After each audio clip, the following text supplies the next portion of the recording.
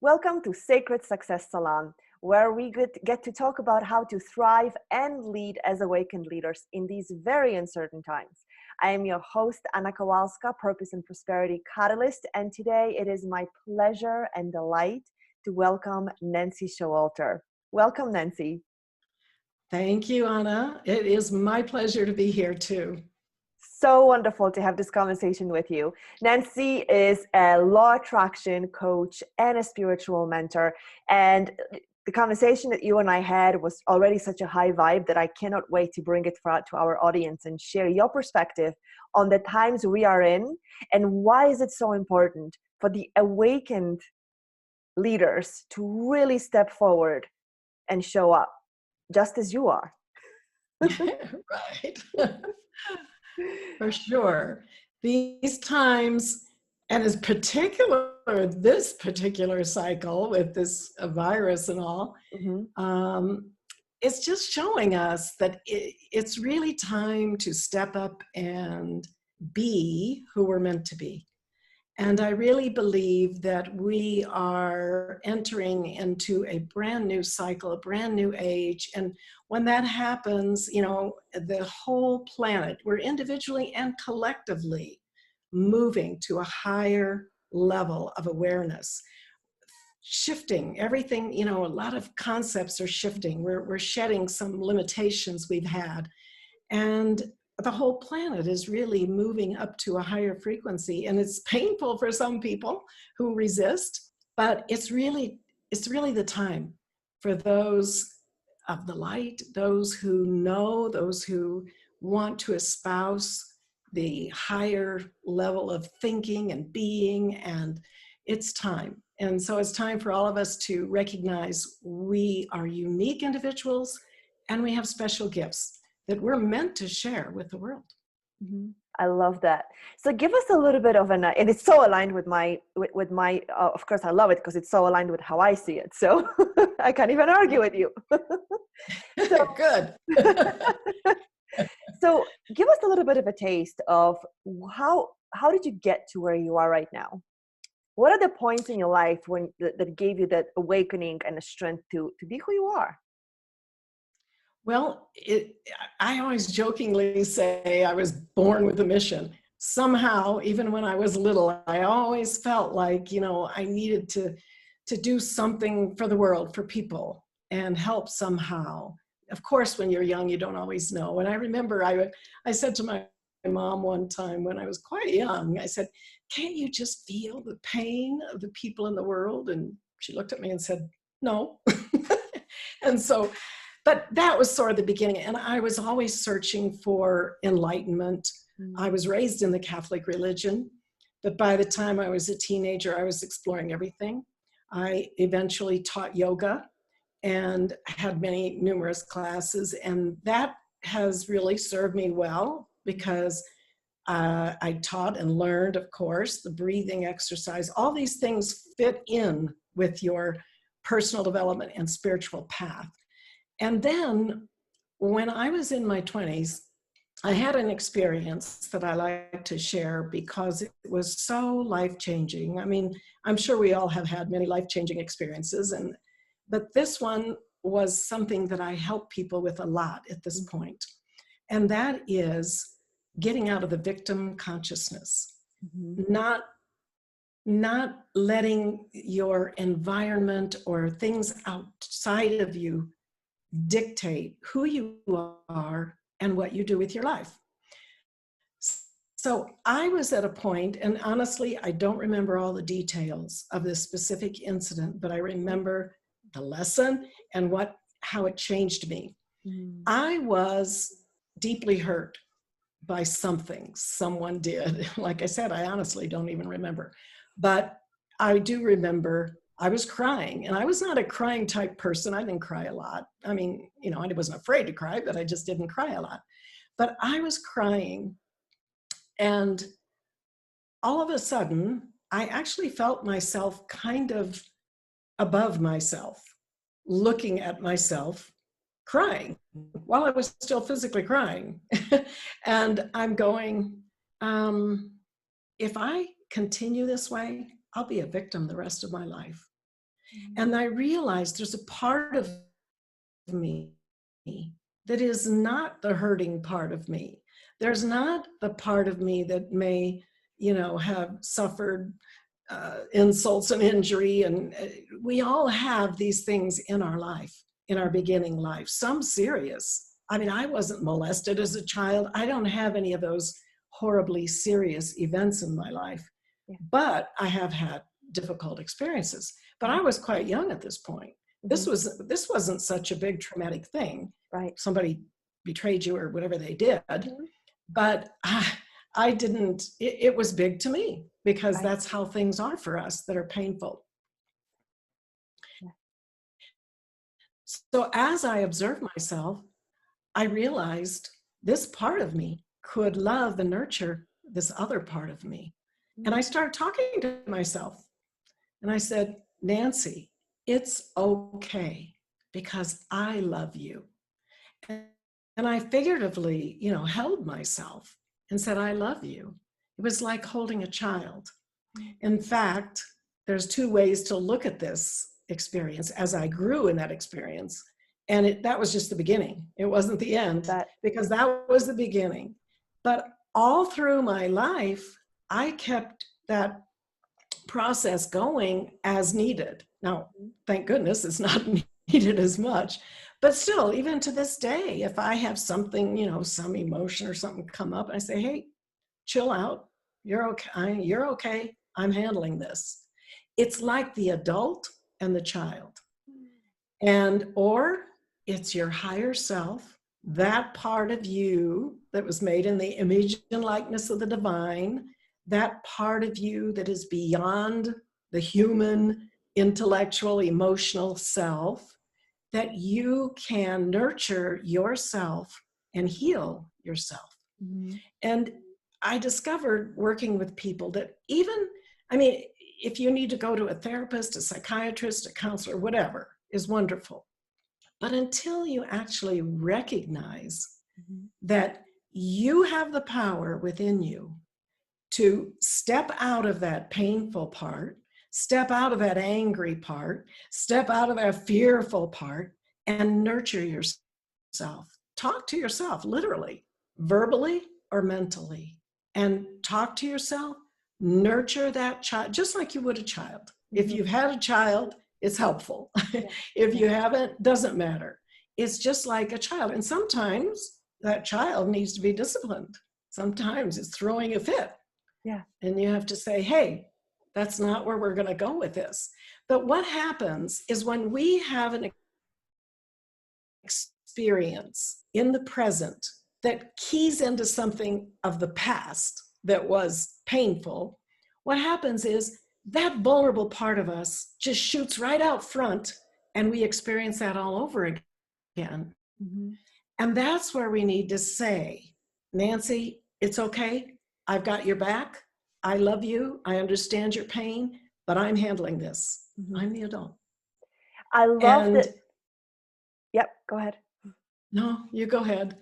I'm going to stop you here because I think it is really, it's a great place to pause, because it's so appropriate for where we are right now, right? Everybody is handling or going through COVID-19, however they are, right? And for some people, it is a really traumatic experience. And for some people, and it doesn't matter what's happening, it's just the way they're experiencing it, right? So I like that first of all, I really like that you presenced, there are some people who have been abused really badly in their childhood, and that's their trauma. There are some people who haven't, right? Their trauma looks different. Their trauma looks, your friend kicked you. Your best friend talked about you behind your back. That's your biggest trauma, but it's still so traumatic that it can take you out. Yes. Right? Absolutely. Yeah. Yes. And it's important in this time to, I always say too, that one of the biggest keys in life for me is when we really know, not just intellectually, but you absolutely know in every fiber of your being, the power in you is greater than any power outside of you. So therefore, you can handle anything. Wow. That is That is great. That's amazing. So let me go back to, and I want to come back to this, but first I'm going to step back and bring that visual. I love the way you said your higher self is like a parent. I don't think I've had anybody say it that way before. And, we talk about your inner child, we talk about parenting yourself, but I don't think anybody, the way you're saying it, maybe it's the frequency that you bring it with, it's different to me and you, and I love it. So I want to pause right there, bring attention there so for all of us, for all of our viewers to really take it in. That's maybe the way that we get to connect with that higher self. Like for people who are like, well, how do I step out of where I am right now? This is really happening. I am broken down. I'm crying. I'm a mess. How do I pause, tap into my higher self? And I love that visual because, and you can please add more to it if you have a process you'd want to share or any parts of it. But I love that visual gave me an access to it. This is my higher self is like a parent. Yes, Yes. yes. And I talk about the higher self. I mean, it's like the adult versus the child, true. But if you get into more spiritual terms, it's the I am. I mean, think about it. Yeah. There's no other species on the planet that can say I am and have self-awareness. Mm-hmm. And that we can make decisions to change. I mean, animals can be very intelligent, they can be trained, they're subject to their nature. Yeah. But we have the ability to change. And that I am, in the scriptures it says we are made in the image and likeness of God. Well, what does that mean? God didn't look like us. It means we are a spiritual being, truly, with a physical body for a period of time on this planet. We have a purpose here. We have something we have to accomplish. Mm-hmm. And that's what the cycle is right now. That's where it is. So this I am, this presence, it's like when we were first aware, it was like in the beginning was the Word, and the Word was God, and the Word was with God. I am. Mm-hmm. And that's us. We have this part of us that remains in spirit when our soul comes into this embodiment. Mm-hmm. And here we are. We're always connected. So here's a big key, though. Sometimes we don't realize this, but every time we say I am, we are literally asking that divine part of ourself to create in this physical world. Mm-hmm. So it's very important what we put after those words. I love that. So I'm going to, go ahead. I keep interrupting you. No, that's okay. That's what it's all about. Go ahead. My turn. That's the human me.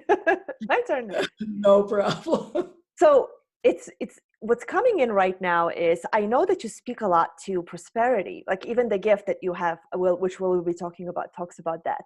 And what's really like pushing in right now to be talked about is two things, but I'm going to say this first. I use phrases, I am, and some of them, like I am prosperity is one of my favorite. And it has been so intensified with my energy that anytime I say I am prosperity, money shows up in my account. It wasn't, that's awesome. Isn't that great?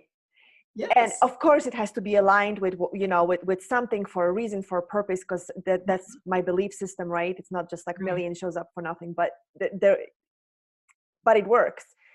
And it has happened when I really started to take on not just the definition of the I am, but I really started to feel in my body, what does I am really mean? Yes. It's anchored in the heart.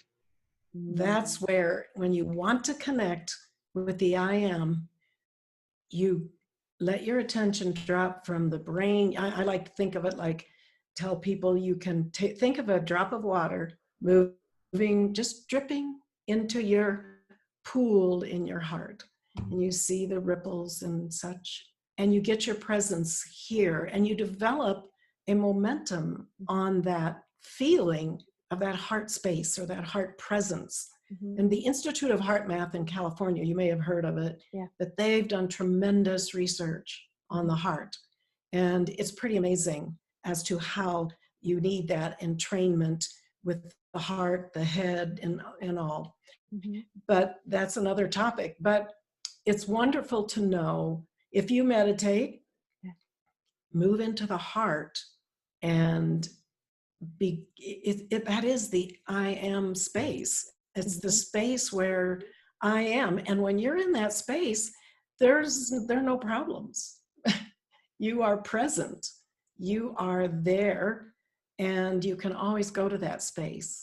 But I do want to add too, with the understanding that the I am, you can say mantras, oh, I am this, I am that, I am this, from an intellectual perspective, and it's kind of like the vain repetitions. Yes. It may not be doing a whole lot, Mm-hmm. but we have these spiritual centers, or chakras, they're called, from the East, that when we engage our vision, the third eye chakra, and the heart and the voice, understanding that we are this manifestation of God on earth, when we understand that and that power that's within us, then you can deliberately create rather than just, now when you say I am mindlessly, you still are asking Right. the divine in you to create that condition. So you don't want to keep, saying I'm sick or I'm this or I'm that. And you have to be careful even with your words. Mm-hmm. Now, some people say, well, I'm just kidding myself. I'm saying I'm rich, I'm this, I'm that. But here's the key. You're not just saying it. The imagination and the vision, which is imagination. People say, well, I can't visualize. Yes, you can. I say, don't think of a pink elephant. What do you think of? First thing Pink you elephant. see is a pink elephant in your Mm-hmm. mind. So the point is, it is imagination, because everything created on this planet was a thought first, was an idea, everything.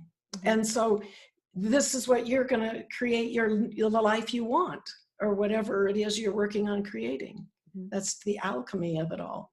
So it's an amazing opportunity to really self-understand to a greater degree, Mm-hmm. and to tap into that larger dimension of yourself.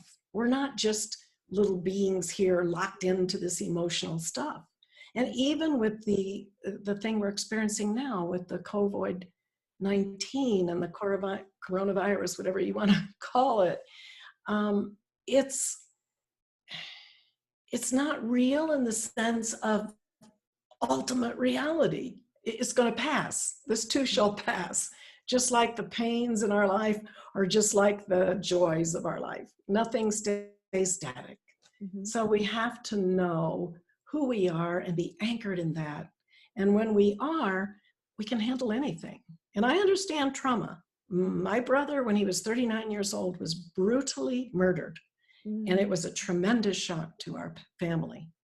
But you can get past those things. You really can, when you understand there's a bigger picture in all of this. And life is so short. And the older we get, the more we realize how short this opportunity really is. Mm-hmm. So beautiful. I love the way you share about that. And I think it's just, it's your frequency that's really beautifully, like, giving an opening to. So often I think, well, it depends. See, I'm like talking myself backwards. There are different groups of people, right, that I am observing, at least, right? Those that are being driven by the news, right? Like, this is really what's happening, right? This is my reality, right?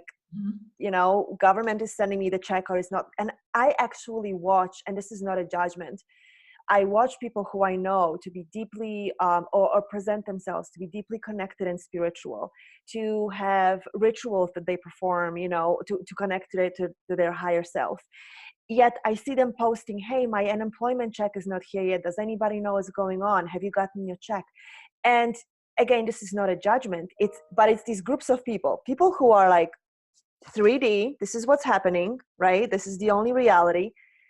People who are like where you are, and I consider myself there too, where I see it as an opportunity, and where we do get to, painfully as it may be for some people, transform into this whole other reality, humanity. But then there are people in the middle, right, who are still straddling both worlds, and they know there is this, the I am, the oneness, right, the universe, there is something bigger at play, yet they are having such a difficult time disconnecting from that when it comes to their money, their, you know, their rental mortgage, maybe seeing, right, like the things that they're seeing in the news, or safety and security related things. And that's what we've been talking about in a way. Mm-hmm. What's that part of you that is feeling insecure, that is afraid, that is worried? Again, it's that vulnerable part. And you're the adult in the room. You can nurture and sustain and encourage that inner child. It's okay because I'm here, I'm handling this. Mm-hmm. The child, like I said, when we feel some fears and stuff, we tend to put out that child, that vulnerable part. Mm-hmm. And it's, yeah, you know, whereas no, I'm the adult. I'm handling this. I've got your back. And, you know, sometimes things are very painful. So you love that child, and you, just like you would if a child had some pain, Mm-hmm. you know, and sometimes, like I said, you might start in with these patterns, these mental patterns that we've all created that are not so constructive. Yeah. You may have to say, Nancy, no, we're not going there. And people don't actually think they can do this, but you can. Somehow we have been led to believe that we are the victim of our emotions. Mm-hmm. Oh, that's just how I am. That's just, I can't help it. That's how I feel. Yeah. Well, yeah, you can. You really can. I'm not minimizing pain. You can never suppress it. Mm-hmm. You can't minimize when you're having financial difficulties. Yeah. You don't minimize any of this. Mm-hmm. But you understand that you give your creative energy to where you want to be, not necessarily the power to your conditions. Mm-hmm. There's nothing you can do about it. There's a coronavirus, right? Yeah. If you don't have a paycheck, you can't, you know, there's just nothing. So worrying and getting all emotional, none of that helps. Mm-hmm. I mean, I've always said, if worrying would help, I would do it, but it doesn't. It just makes it worse. I love the fierceness, and yet there is this gentle, the way you are standing for it. It's like you always can interrupt the pattern. You just have to call in that higher self and say, hey, I'm having a hard time this moment. Can you step in? And I love that what I'm hearing, and you didn't use this word, but the word that it keeps coming in over the last 3-4 days is choice, right? Like we always have Absolutely. a choice. Yeah. Yes. To either wallow in whatever is happening and be the victim of it. Exactly. Exactly. And I have a story about choice. Do I I have love time to that. do that? Yes, you do. Bring it. Well, I was also going through some of these phases about the same time. And you know how when you are a kid and you're growing up and you're trying to find your identity separate from your parents, because my parents were great, Mm-hmm. but I'm like, you know, and you say, I'm never going to do that when I grow up. And then as you grow up, you find yourself doing what your mother or father was doing. Yeah. And so that's where I was. And I was talking to a mentor, and I said, I was going on and on. I don't want to be like my mother. I don't want to be, and because she was a little dominating a little bit, but we were very close. But you know, you're breaking away, right? And so I am going on, and he's just patiently listening. And finally I stop, and he says, you don't want to be like your mother? And I'm going, no. He pulls out his arm. See if I can make it show it. Uh-huh. Palm down. Mm-hmm. Says, you don't want to be like your mother? I said, no. Then don't be like your mother. And I mean, that made such a huge impression on me. It was like, I have the choice. Who's forcing me to be anyway? I'm Right. focusing on what I don't want instead of what I want to be. Just be what I want to be. Again, it's that tug of war sometimes between our child, the adult, the human self, the divine self, however you want to put it. Yeah. And yes, we constantly invoke that higher I am presence to be with us, around us, surround us, protect us. That is their spiritual protection. Besides the face masks and the things that we do during this coronavirus, Mhm. but we know everything's energy. We know there's energies out in the world, whether there's a virus or not. Mhm. And we can protect our force field, our air, our aura, but by invoking that light, that white light from the I am presence. And it comes from the heart, because that's where the anchor is. And that's where the open door is in the heart chakra, the heart center. So it's important to know that there are spiritual tools that we can use for protection. Mhm. Archangel Michael is another archangel, if you're into the spiritual side. I love Archangel So Michael. absolutely. And you can ask Archangel Michael, go before me, behind me, to the right, to the left, above and below, and encircle. It's a blue fire. Mhm. It's a wonderful thing. And there's also the violet flame. I don't know if you're familiar, Yeah. Anna, with violet flame, Mhm. which is a frequency that transmutes energy. Mhm. And so we know the violet in the spectrum, the color spectrum, the violet ray is used for purification, purifying water, all these different things in the physical. Yeah. It's a spiritual, energetic energy, which we Mhm. call a fire, but it's not, of course, physical fire. Right. But you can fill your aura with that. And there are mantras, all different tools that Yeah. people can use. I love that. I actually, when I wake up in the middle of the night, and sometimes I want to stay awake because I'm channeling something, but sometimes I want to go back to sleep. Again, I have charged a prayer, which I've gotten from a spiritual teacher many, many years ago, and it is invoking Archangel Michael. And it's gotten to the point that I literally will fall asleep. And the prayer is page long, right? It has like 3 stanzas. I will barely get through calling Archangel Michael to my left, to my right, above and below, behind me, in front of Yes. me. I'm out. That's great. Good for helping you sleep. I mean, all of these things really, they help us. They're Yeah. tools, Mm-hmm. not the Yeah. end in itself.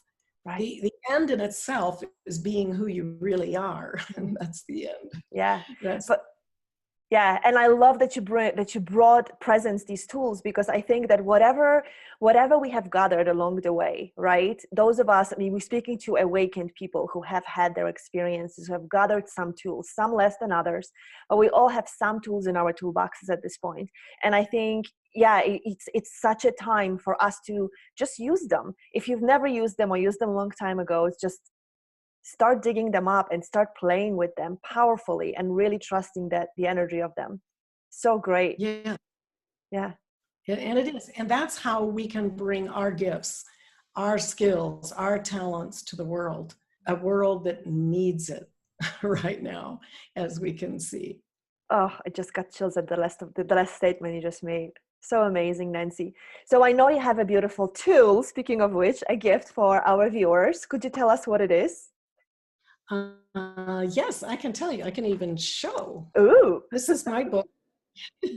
It's called It's Okay to Be Rich, The Entrepreneur's Guide to Increased Wealth and Personal Mastery. So it includes some of the things I've been talking about, but it also takes you on a journey to look at some of your beliefs, look at where you are in perceiving different things.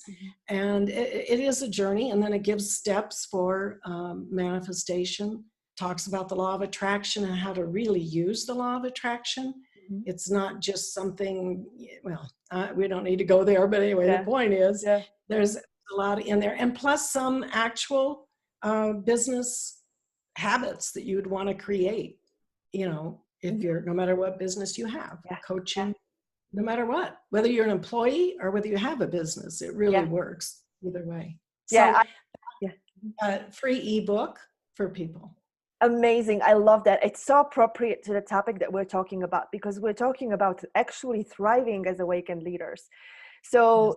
and I've been saying it for a long time, even as an employee, we must start thinking like business owners, because with that comes an empowerment, right? Yes, Yeah. exactly. Because we are business owners, if nothing else, our life. is our business. I love And we have that. to manage it. Yes. That's Yeah. so great, Nancy. That was really amazing. Oh, amazing. So you guys make sure you claim the gift. You know, the button right below the video is where you get the book, It's Okay to Be Rich. I loved how frank that title is. It's so appropriate for where we are right now. So important to just so go through the exercises, use the tools. And Nancy, as we part ways, I get to ask every guest on this in the series, in the salon, what is the vision for the world that you would like to leave us with? I believe that we are transitioning from one age to the next stage, Aquarian age, but it's meant to be a golden age. Now, we are trying to give birth, and there's so much awakening with the people individually, collectively, and it only takes to go over that 51% mark to start to literally transform in a very physical way. There's some things that definitely have to be rectified, call it karma, whatever, that the planet and personally, we're all going through that. We're all being forced to come up higher. And it's difficult sometimes because we're used to being where we are and it's comfortable.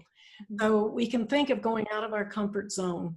But I honestly believe, I really do, that, and I have since a child, because when I was in grade school, in the Catholic school with a nun, and she gave this assignment for us, if you could have 3 things, any wishes in the world to come through, what would you wish? Oh, for me, that was like a serious assignment. And I thought about it and I thought, how can I put this into 3 things? And my 3 wishes that I turned in were 1, every man, meaning every man and woman, would know God. Everyone would have perfect health, and there'd be peace on earth. And that was my vision of the golden age, and it still is. I read it on your website. Those 3 statements you just made, I read that on your website. I didn't know you became aware of them as a child.